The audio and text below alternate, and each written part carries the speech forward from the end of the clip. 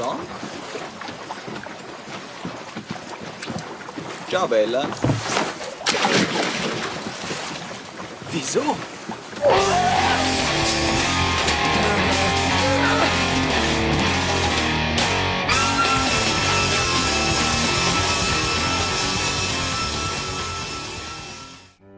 Paul, from Funny Games, makes every villain look like a hero next to him. He doesn't just destroy his victims without reason.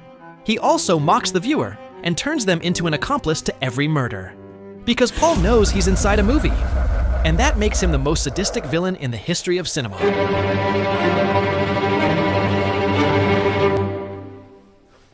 Imagine being with your family in a vacation house. Suddenly, a young man walks in to ask for some eggs. Everything seems normal. But little by little, something starts to feel wrong. He breaks the eggs, he breaks your phone, supposedly by accident. And then the most despicable, sadistic, and macabre character in the history of cinema appears. Yes, they are a duo, Paul and Peter. But it's the classic duo, where one is submissive and the other is the leader. Who is worse? Paul, without a doubt. The one who controls the movie. Because yes, he doesn't just know he's in one, he plays with it. But more on that later. The duo starts to get excessively comfortable, always under a mask of politeness and courtesy. It's progressive, slow, but before you even realize it, Paul has broken the father's leg. Without raising his tone, without losing his calm, as if it were just a game. In that moment, we understand that what's coming will be inevitable and devastating. The director of the film, Michael Haneke, never intended Funny Games to be entertainment. On the contrary, he conceived it as a direct attack on the viewer, on you. Because deep down, Paul and Peter are not just villains. They are a reflection of our own fascination with violence on screen. Haneke knew that audiences consume death, pain, and cruelty as spectacle, and so he created two characters who not only torture a family, but also torture the audience. Every time Paul looks at the camera, he doesn't just break the fourth wall, he smashes it. He points at you, he involves you, he makes you complicit. Why do we keep watching when everything urges us to look away? That is the true violence of the film. It mocks us. At times, we think there might be an escape, that the characters could be saved, because the movie constantly tries to make us believe that. But no, Haneke offers no catharsis, no justice, no redemption. Only discomfort, impotence, emptiness, and guilt. And in that dark mirror, you discover that the most disturbing thing is not the killers, but your own gaze, unable to turn away. Paul is not just any villain. He doesn't shout, he doesn't show hatred, he doesn't need to justify himself. His power lies precisely in the opposite, in his calmness, in the coldness of a character who acts as if what he's doing carries no consequence. And that's where he becomes terrifying. Because while most movie antagonists have a motive, revenge, money, power, Paul has none. He wants nothing. He needs nothing. The only thing he seeks is to play. From the moment he appears, his behavior is unsettling. His gestures are flawless, his tone polite, his smile calm. He apologizes, says thank you, remains courteous. And yet every word is a weapon. That contradiction between kindness and absolute sadism is what makes him impossible to classify. He is not a raging psychopath, nor a cold-blooded killer seeking efficiency. He is a player, someone who delights in the suffering of others as if it were just another pastime. His relationship with Peter, his partner, makes this even clearer. Peter seems to follow him, more clumsy, more insecure. Paul, on the other hand, is the director of the play.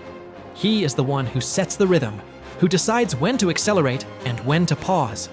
He is the one who controls not only the family, but also the viewer. Because every time he breaks the fourth wall, Paul reminds us that what we are watching is not just fiction, it's a pact with the audience, and he is the only one who knows the rules. The most disturbing thing is that Paul never changes his tone. He can be breaking a bone, humiliating a child, or planning a death, and he does it with the same calmness with which someone would comment on the weather. That absolute indifference is the essence of his sadism. He doesn't need to raise his voice to prove his power, because he knows he has everything under control. Paul embodies a brutal truth. Evil doesn't always appear with screams, blood, and rage. Sometimes it comes with a polite smile, a soft voice, and courtesy more poisonous than any insult. That mask of normality is what makes him the most sadistic villain in cinema. Because he doesn't just destroy a family on screen, He destroys the viewer's sense of safety, proving that violence can come from the kindest face.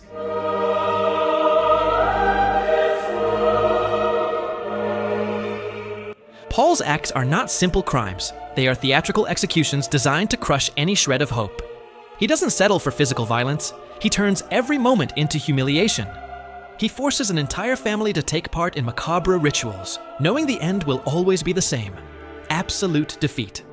His sadism is measured in unbearable details. He strips the mother in front of her son. He deceives the family with false explanations, with empty promises of what's to come. He forces the father to watch helplessly as everything collapses in front of him. He plays with silences, prolongs the waiting, stretches out the torture until the psychological suffering becomes more unbearable than any wound. He does it with such calm that you might unconsciously believe they won't go all the way. But with that same calm, they kill the child in front of his parents, while Paul makes himself a sandwich. They let the mother escape only to give them a shred of hope, and when they bring her back, they humiliate her and kill her husband in front of her eyes.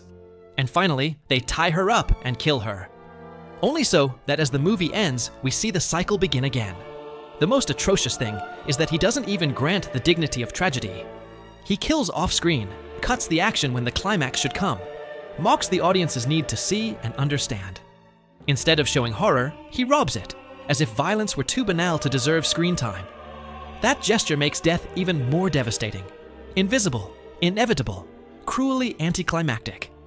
Because he doesn't just destroy the family, he destroys us. We came looking for a morbid movie and ended up watching 2 hours of torture where the climaxes are off-screen. Every act of Paul's doesn't just seek to destroy his victims, but to prove that they never had control. Neither they, nor you as the viewer. His greatest atrocity is not a bullet, nor a broken leg, nor a threat. It's erasing any illusion of justice or redemption. Because Paul doesn't just destroy a family, he also destroys our faith in cinema itself.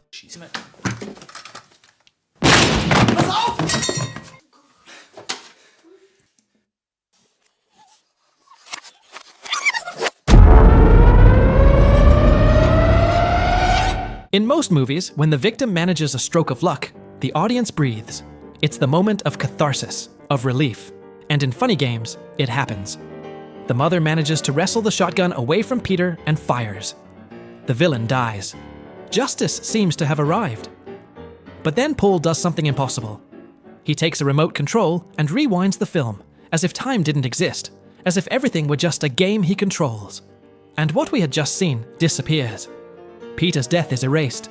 Hope is deleted. That moment is Haneke's most disturbing statement because it is profoundly unjust.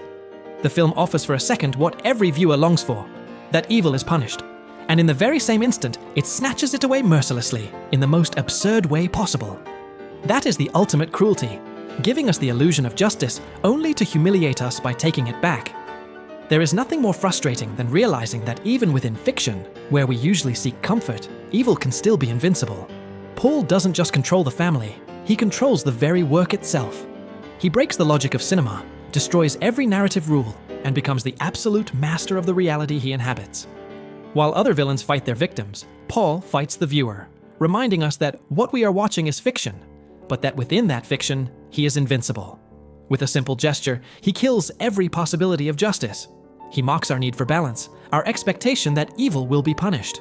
Paul is not just a character, he is the director of the film itself, disguised as a villain, a force that manipulates, controls, and humiliates. And the message is clear. In this universe, there is no escape. The family has no power, and neither do you as a viewer. Paul always wins because Paul makes the rules.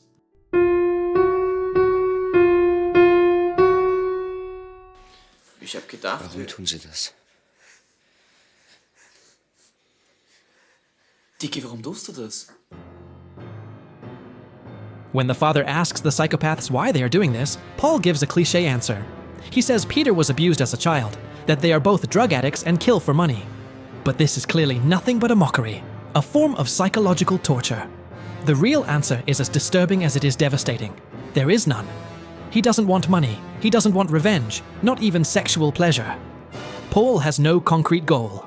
He does evil simply because he can. And that lack of motive is what makes him the most terrifying villain of all. It doesn't even give him pleasure. At least not much, but he prefers killing to not killing. In movies, we are used to finding logic in evil. Even the bloodiest psychopath usually has a traumatic past, an obsession, or a twisted desire that explains him. With Paul, there is none of that. His violence doesn't come from a wound or a cause, but from emptiness. He kills, humiliates, and tortures because he is playing. And the most unsettling part, because someone, you, are watching. That absolute senselessness generates impotence. How do you defeat someone who wants nothing? You can't negotiate, you can't reason, you can't understand him.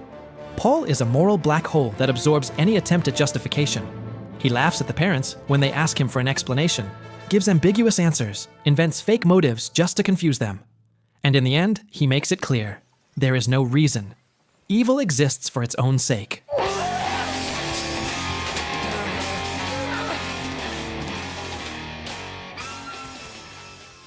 By the end of the movie, nothing is left. No justice, no comfort, no redemption. Paul doesn't need a weapon to terrify, nor a speech to justify himself. His greatest triumph is that long after the movie ends, his presence still haunts us. Every glance at the camera, every silence, every gesture of his reminds us that we are still part of his game. Other villains remain trapped in their stories.